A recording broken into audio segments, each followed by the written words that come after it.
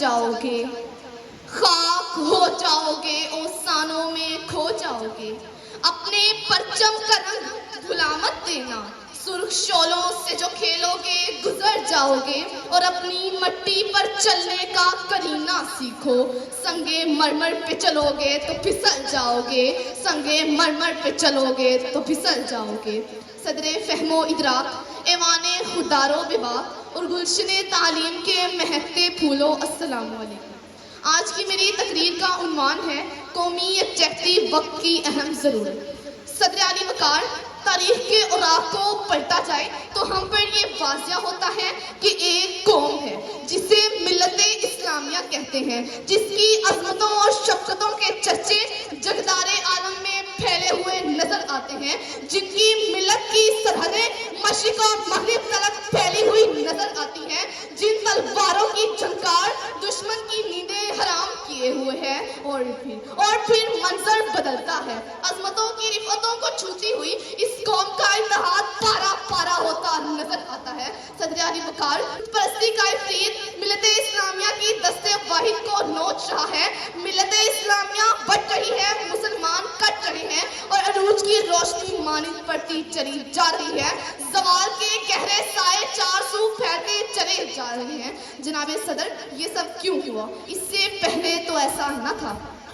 خطہ زمین کا شاید ہی کوئی ٹکڑا ایسا ہو جہاں پرچم اسلام لہرایا نہ گیا ہو، لیکن یہ سب تب تک تھا کہ جب تک ملت اسلامیہ کے تاجدار اٹریکشن کے دلدادہ نہ تھے، ان کے حرم سرور کی محفلوں سے پاک تھے، ان کے حرم جسموں کی حدتوں سے خالی تھے، مسلمان کے خون کا پیاسا نہ تھا، خدا ایک، رسول ایک اور قرآن ایک کا اصول پیش نظر تھا۔ لیکن پھر حرص و ہوس کے اندھیرے پڑے، عیش و عشرت کی سیاہ آندھیوں نے مسلم حکمرانوں کے حرم کو طلسموں کے خوبروؤں سے بھر دیا، اور یوں ملت اسلامیہ کی وحدت پارا پارا ہو گئی۔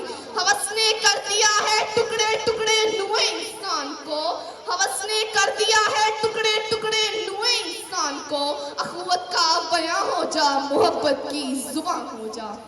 جناب صدر، آئیے آج سے 14 سال پیچھے چلتے ہیں کہ چشمے فلک نے کیا عجیب منظر دیکھا۔ شہر مکہ سے ہجرت کے بعد شہر مدینہ کو بسانے والی کائنات کی مقدس ترین ہستی، قائد انسانیت جناب محمد رسول اللہ صلی اللہ علیہ وآلہ وسلم ریاست مدینہ کی بنیاد رکھتے ہیں۔ ایک ایسی ریاست کی بنیاد جس نے قیامت کی صبح تک تمام کائنات کو ایمان کے نور سے منور کر دیا۔ جی ہاں، اس عظیم ترین ریاست کا پہلا قدم قومی وحدت تھا۔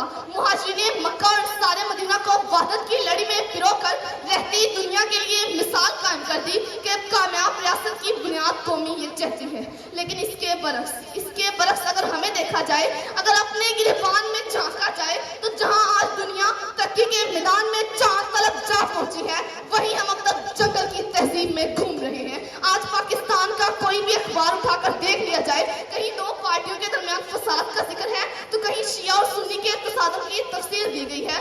آج ہم نے نبی کریم کے فرمان کو بھلا دیا اور بلا شبہ یہ قوم تباہی کی طرف دوڑے چلی جا رہی ہے۔ اور جیسا کہ علامہ اقبال فرماتے ہیں، اللہ سے کرے دور وہ تعلیم بھی فتنہ، املاک بھی، اولاد بھی، جاگیر بھی فتنہ، نہ حق کے لیے اٹھے تو شمشیر بھی فتنہ، شمشیر ہی کیا نعرہ تکبیر بھی فتنہ۔